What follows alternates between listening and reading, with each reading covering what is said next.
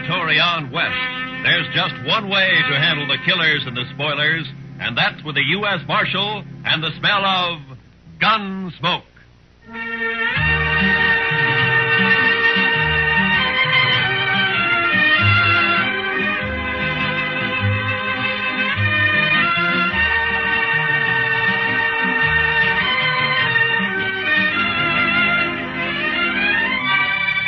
Gunsmoke, starring William Conrad.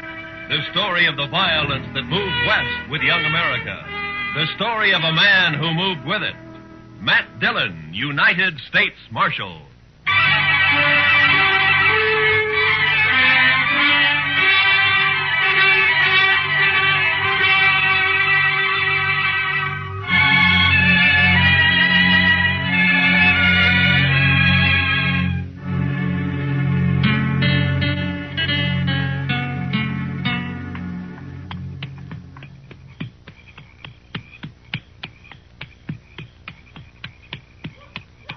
Oh, boy.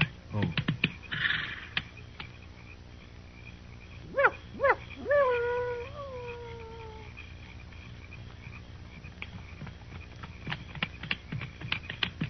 Wild Hog? Wild Hog, that you? Wild Hog, you there? Who are you? Put that spear down. Listen, Wild Hog and me are friends, big friends. You'll make much noise. You're Cheyenne, ain't you? You must be with Wild Hog. What name, you white man? I'm Hoard Spicer. Hoard Spicer, you hear? You bother me and you'll be in big trouble with Wild Hog. No trouble. Tell these other redskins to put their spears down. I need more room. Come, white man. Are you with Wild Hog or ain't you? Much talk, come. All right. Any tricks, I'll shoot you first.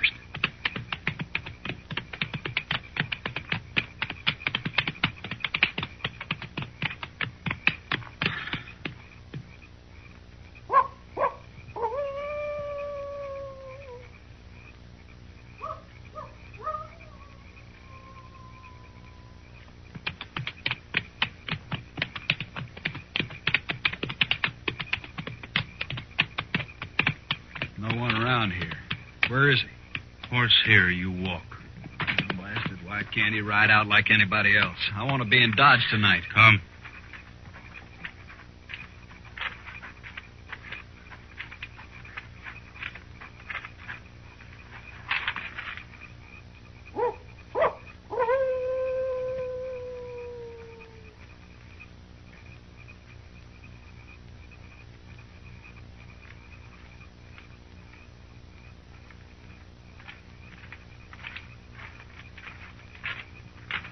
Wild Hog?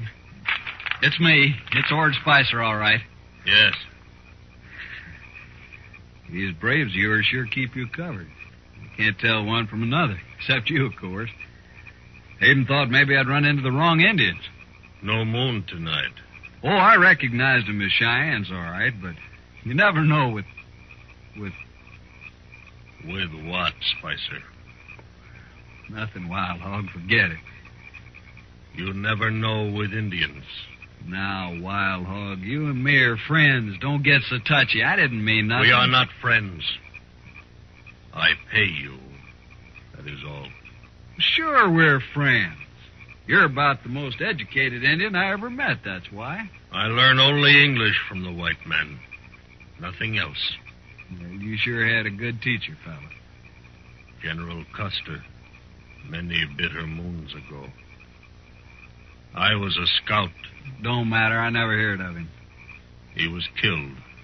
Well, that's nothing to do with me. You got the money, Wild Hog? Yes. Here. $500. 500? Our deal was for 1,000. You will get the rest later. But I'm running a big risk for you Cheyennes. This is mighty dangerous work, Wild Hog. It will be even more dangerous if we do not meet again, Spicer. Oh, Wild Hog, you can trust me. I'll be back, you know that. Yes. When? Ooh, 2-3 days. Where'll I find you? Make camp near here. We'll find you. Okay. I'll get on into Dodge now. Goodbye, Wild Hog. Don't get drunk, Spicer. Never touch it.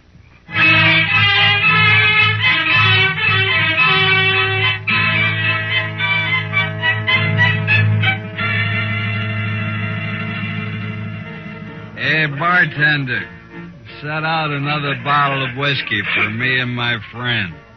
What'd you say you're called, stranger? Hoard Spicer, friend. Mm-hmm. Here, let me fill your glass.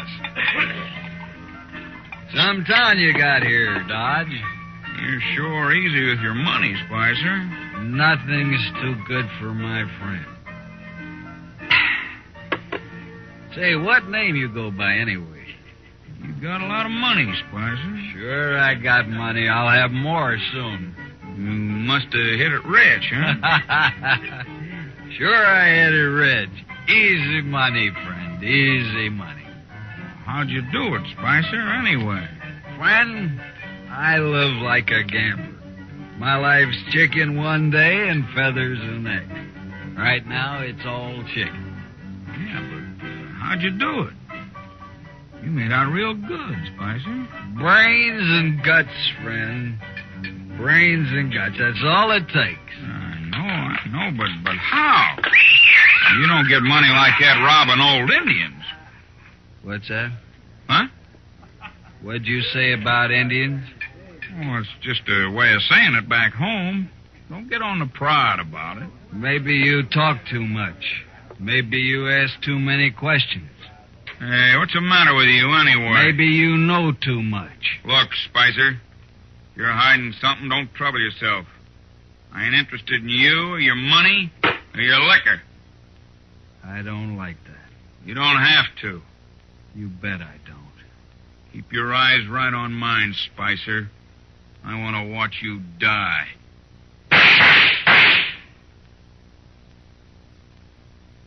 Spicer.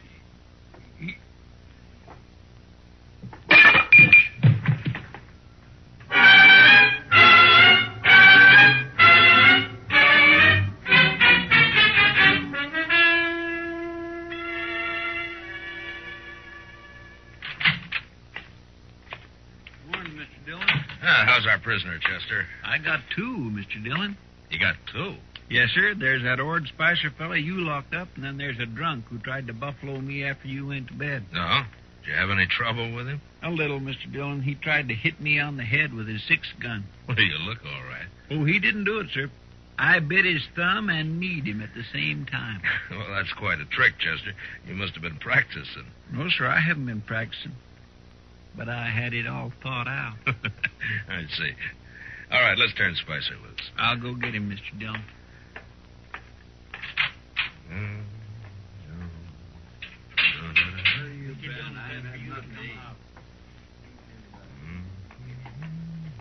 About time. Where's my gun, Marshal? There it is, Spicer. And, don't use it around here anymore. You can't bother a man for self-defense. I just want you to stay out of Dodge. One kill at your limit here, even in self-defense. I ain't afraid of you, Marshal. Besides, this is a poor town anyways. You can have it.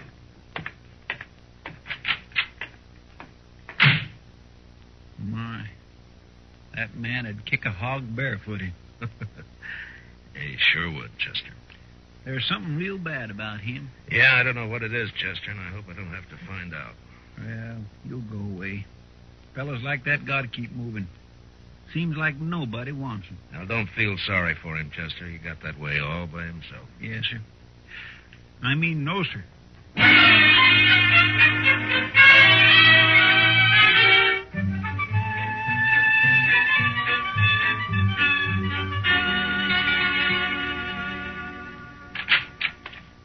Morning, Marshal. Those graders get here yet, Jack? Yep. Come in on the Santa Fe yesterday, Marshal. 4 of them. Right back here. Oh, good. Beautiful guns, ain't they? Just beautiful. You're a good storekeeper, Jack, but I only need 2 of them. Well, I can make you a good price on all 4, Marshal. It wouldn't be any good if I don't need 4, would it? Well, Maybe not, but I never know. I got half a dozen 44 Sharps rifles, same shipment. Thought I'd be stuck with them forever. Well, with the big 50 out now, there ain't a buffalo hunter to use a 44 anymore. I don't see any 44s. Well, that's just what I'm telling you. Feller stopped in just this morning, took all 6. Paid me $75 a piece, too. You sold 6 rifles to one man? That's right, Marshal. Is he a buffalo hunter? Well, looked more like a drifter to me. Had plenty of cash, though. You know his name? No idea. Nothing wrong with it, was there, Marshal? Been a holdup around here I haven't heard about? No. Just a lot of rifles for one man to buy. No law agin it, is there? What'd this man look like, Jack? Tall, skinny, kind of mean face. Mm-hmm. You wear 1.6 gun with black grips? Yeah. Come to think of it, he did. You know him? Yeah. Hoard Spicer. He killed a man last night. Well, now I heard about that shooting. What do you suppose he's up to now? Where'd he go? I wouldn't know it. Packed the rifles on a mule and rode out of town. You going after him, Marshal? No.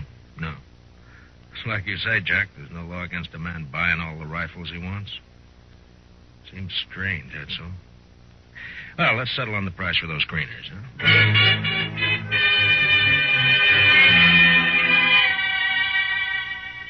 Next day, Chester and I took the new greeners and rode out for prairie chicken. We had a sackful within an hour, and we headed back to town, arguing on the way as to whether we'd bake the birds whole or just cut the breasts off and broil them. We still hadn't settled the matter when we reached Dodge, and we never did. The stage from Hayes City had arrived half hour before, bringing with it the bodies of 2 men found alongside the road. They were just laying there, Marshal, about 5 miles back. Both shot dead, but I thought I'd better bring them in anyway. Did you recognize them, Pete? No, Marshal, I didn't. The doc says they're a couple of riders from the T-Bar outfit. Yeah. He got them up in his office now. You bring in their horses? No sign of a horse, but there was an awful lot of tracks around. All right. I'll go see if Doc's found anything. Hang around, Pete, will you? I may want some more information from you. Okay if I do my waiting at the Alfraganza, Marshal? Yeah, sure. I'll put our horses up, Mr. Dillon. Yours, Chester. I may want mine. Yes, sir.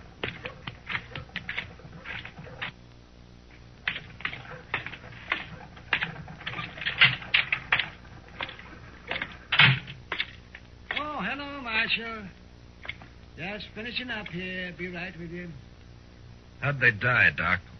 Well, they got half shot and then shot dead, Marshal. Yeah, I know, but is there any way of telling if maybe they killed each other? There. That does it. No, there is, Marshal, but I'd be mighty surprised if they did. Now, what do you mean, Doc? Well, they were cowboys, Marshal. Cowboys just don't generally carry buffalo guns. Here, take a look. What? I dug some of these out of each of them. Those are slugs from a Sharps rifle, Marshal.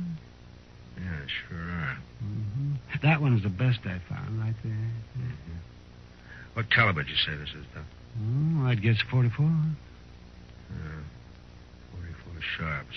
Mm-hmm. Not many 44s in use around here since the big 50 came out. I know a man with 6 of them, Doc. What do you think of that?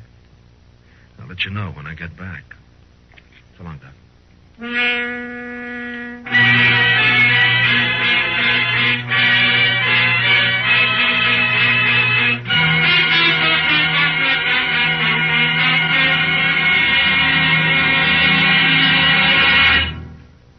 We will return for the second act of Gunsmoke in just a moment. But first, behind the famous creaking door to Inner Sanctum tomorrow evening, there lies one of the most hair-raising tales to date. Meet Raymond, your host, on Inner Sanctum tomorrow night on most of these same CBS radio stations. Now, the second act of Gunsmoke.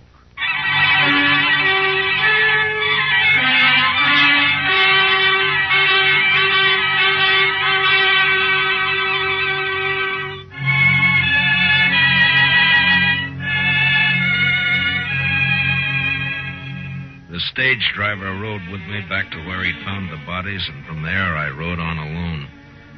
It was an easy trail at first. There must have been more than a dozen horses running together. Long toward dusk, however, they suddenly split up, and I was faced with two different trails to follow. I made a gambler's choice and rode harder than ever. There was only an hour of light left to track by when my horse stepped into a prairie dog hole, snapped his leg, and went over hard. My head glanced off a rock. There was a shower of light, and nothing.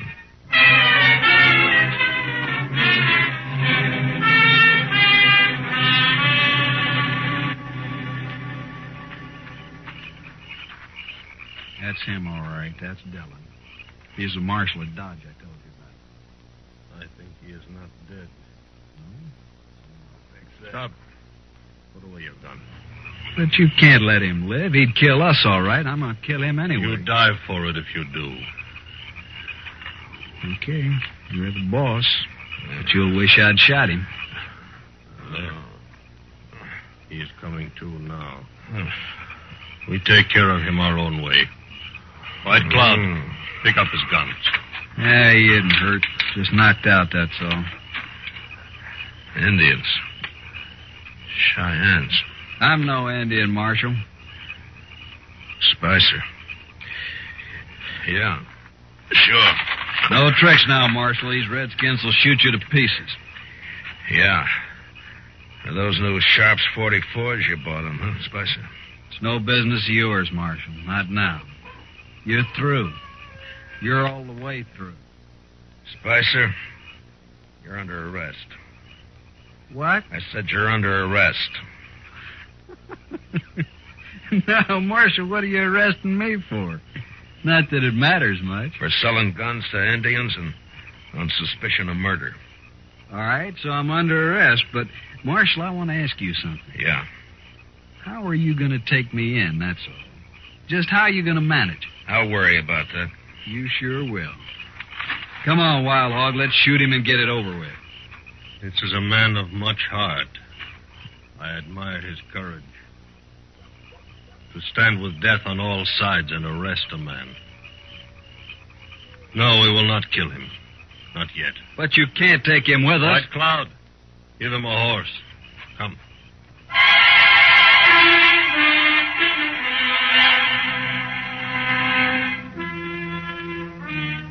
They gave me a horse, all right, with the T-Bar brand on it. But I was surrounded by 6 armed Indians and a no-good white who'd shoot me any time he thought he could get by with it. Wild Hog rode up ahead, leading the party northwest, apparently to rendezvous with a bunch that had split off from this one. Spicer stayed right alongside of me. Well, am I still under arrest, Marshal? You're still guilty, aren't you? Sure. I'll admit it. Don't matter, being as how you'll never see Dodge again or any other place. What are you doing with these Cheyennes here anyway, Spicer? I got a deal with Wild Hog, Marshal. Real good deal. Killing white men, part of it? They don't need any help there, Marshal. They like to kill white men. Maybe they'll kill you before they're through. No, I'm too valuable to them. They like me. No? Now, why would they like you? Well, they didn't at first, but I talked them into it. Talked Wild Hog into it. He's a smart fella, that Indian. Saw right away what I could do for him. Like buying those rifles. What else did you do for him? Well, I stopped those 2 riders with the horses. Told them I was sick. Got them off guard. Those Cheyennes were on before they could move. It was real easy. You're kind of like a Judas sheep in a slaughter pen, huh? Yeah, that's it, Marshal. Pays better, though. I got $500 coming since we find a ranch or 2 to raid. I see. Pretty good deal, huh? You know, I think a lot more of these Indians than I do of you, Spicer. I don't like that, Marshal. At least they got an argument on their side. But you're just a renegade white. I'll kill you for that, Marshal. Now, shut up. All right, you've asked for it. Shoot me and Wild Hog will split you wide open, Spicer. Besides, he spotted the rest of his party up there. Huh? Oh, yeah. All right for now, Marshal. But I'll see you dead. I promise I'll see you dead. I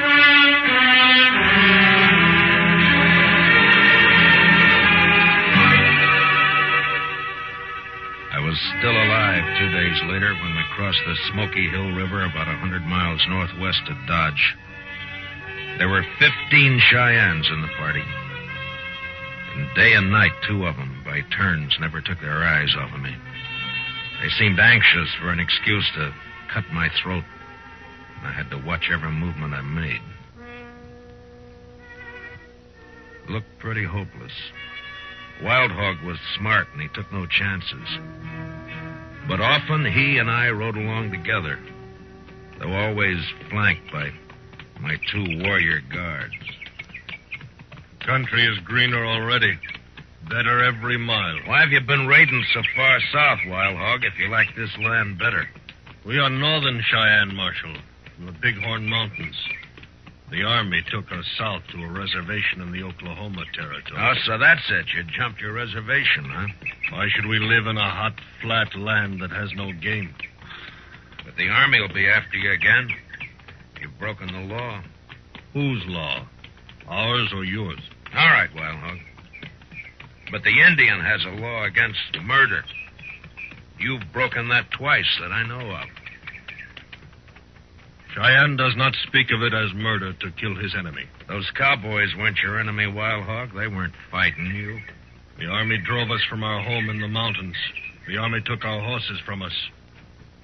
We are going back home now on other horses, that's all. That doesn't explain your killing. Those men were peaceful. Marshal, if I could, I would kill every white man in the country. But I cannot. The Indian nations cannot. The red man has always fled before the white man. Those cowboys weren't chasing you? We needed their horses. They didn't even have a chance to fight. You tricked them. Is it only the white man who is allowed to trick his enemy? I was young once, Marshal, but I have seen too much trickery and lies and destruction and broken promises. I'll admit that's happened, Wild Hogg. But you know, not every man is a liar and a killer. No. There are white men like you. And there are white men like Spicer. Spicer. Tell me something. Would you consider Hoard Spicer guilty of murder? The Indian is Spicer's enemy, not his own people. Therefore, it is murder. Then you understand why it's Spicer I came after, not you. Why not me, Marshal? You're the Army's problem, not mine. I expect to fight the Army many times before we reach the mountains. Yeah.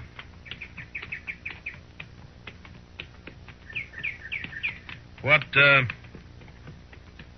your plans for me, Wild Hogg? I have been thinking. Yeah? I do not know yet. Well, what about Spicer? Spicer works for me. Why should I think about him? Then you're not as smart as I figured. All right, Marshal. I do not trust Spicer. He is a traitor to his own people and only for money.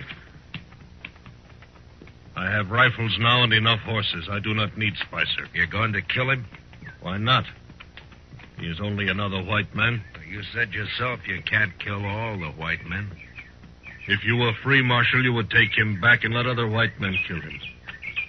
What difference how he dies? Makes a difference to me, Wild Hogg. I'm a lawman. I may have to kill you, too.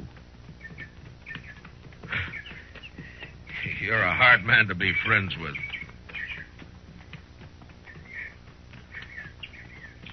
I will explain to you, Marshal.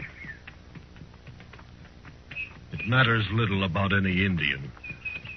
Few more winters and not many of my people will be alive.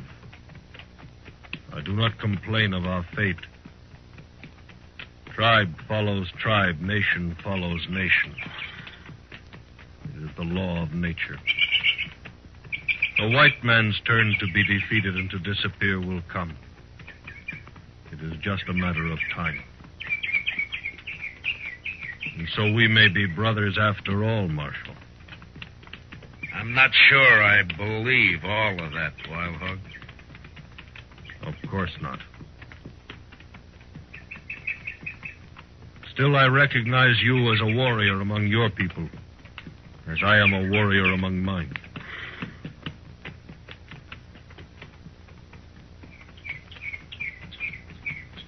Too bad we're not on the same side.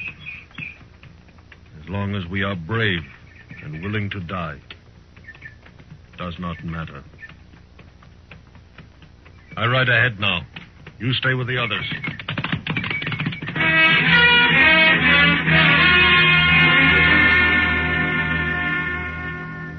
That night, we reached the North Fork of the Solomon River and camped with the shadow of low hills not many miles ahead.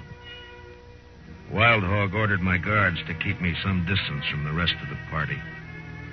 So I pulled up some buffalo grass and bedded down on it early. I watched the stars until sleep came.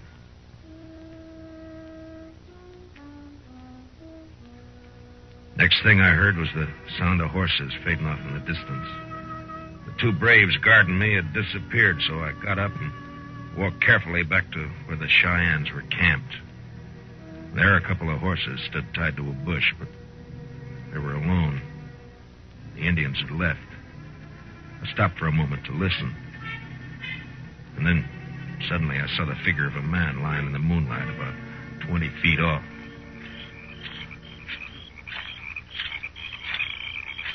Spicer? Spicer? Yeah, there's no blood on you. You're all right. Come out of it, man. Come on. Yeah. My hair. You've been knocked out, that's all. Now, come on, sit up. Oh, it's you, Marshal. What happened? Where are they? Where's Wild Hog? They've gone. Gone? Gone where? Here, let me... Where'd they go? They've been headed for the Big Horn Mountains. Less chance of running into the army if they travel at night. But they couldn't leave me. Not here. Not now. Looks like they did. Some brave clubbed you and they rode off, that's all. But I gotta go with them. You're still groggy, Spicer. And you're still under arrest.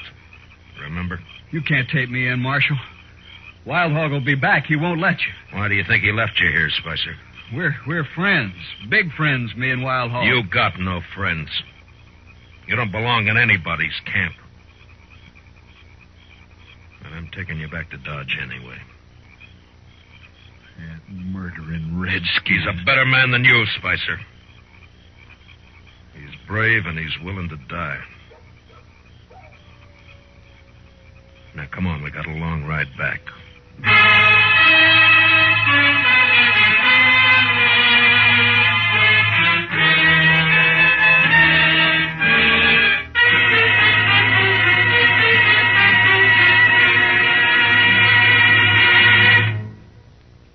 Gunsmoke, under the direction of Norman Macdonnell, stars William Conrad as Matt Dillon, U.S. Marshal.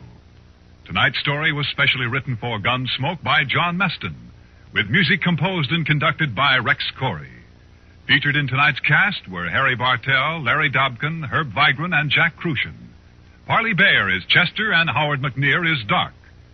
Join us again next week as Matt Dillon, U.S. Marshal, fights to bring law and order out of the wild violence of the West in Gunsmoke.